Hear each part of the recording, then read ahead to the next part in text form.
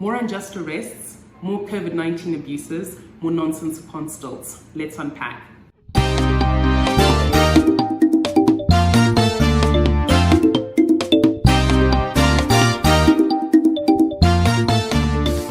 This week saw the arrests of journalist Hopewell and Transform Zimbabwe leader Jacob Ngarivume on charges of inciting public violence.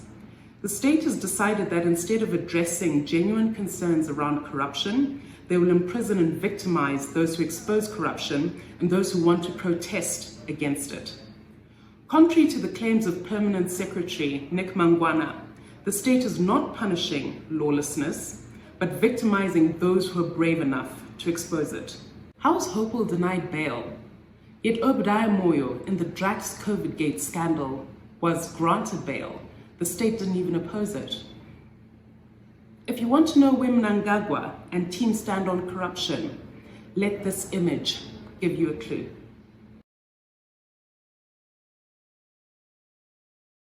As if the corruption surrounding COVID-19 funds isn't enough, the state has decided to use the very real threat of COVID-19 to tighten their grip on power and further shrink the democratic space. The COVID-19 regulations introduced this week have nothing to do with protecting the people and everything to do with repression.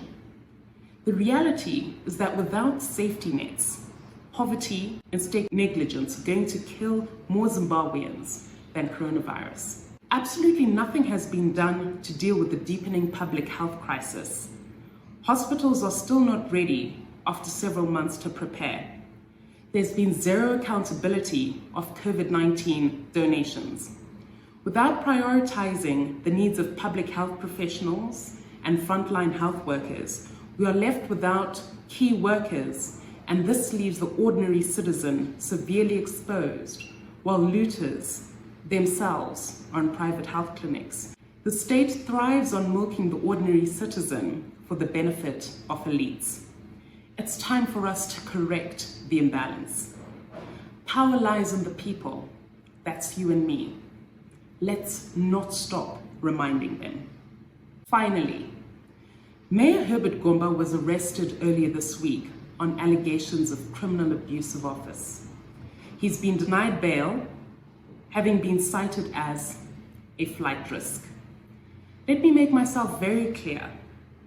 Mayor Gomba stands ready and willing to face his day in court and answer to these allegations.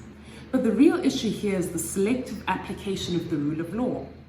We've seen many high-profile individuals tied to Zanu PF accused of corruption being given bail. Yet this same courtesy has been denied of Mayor Gomba. We're then left to ask if this genuinely is about the fight against corruption or an attempt to settle political scores. We're told he's a flight risk, and yet we know that nobody can travel because of COVID-19. We have a collective responsibility to speak out against corruption and injustice. Free Hopewell, free Jacob, free Zimbabwe. We will not be distracted because corruption is killing us. COVID-19 is real. Let's all remember to wear our masks. Let's wear them correctly.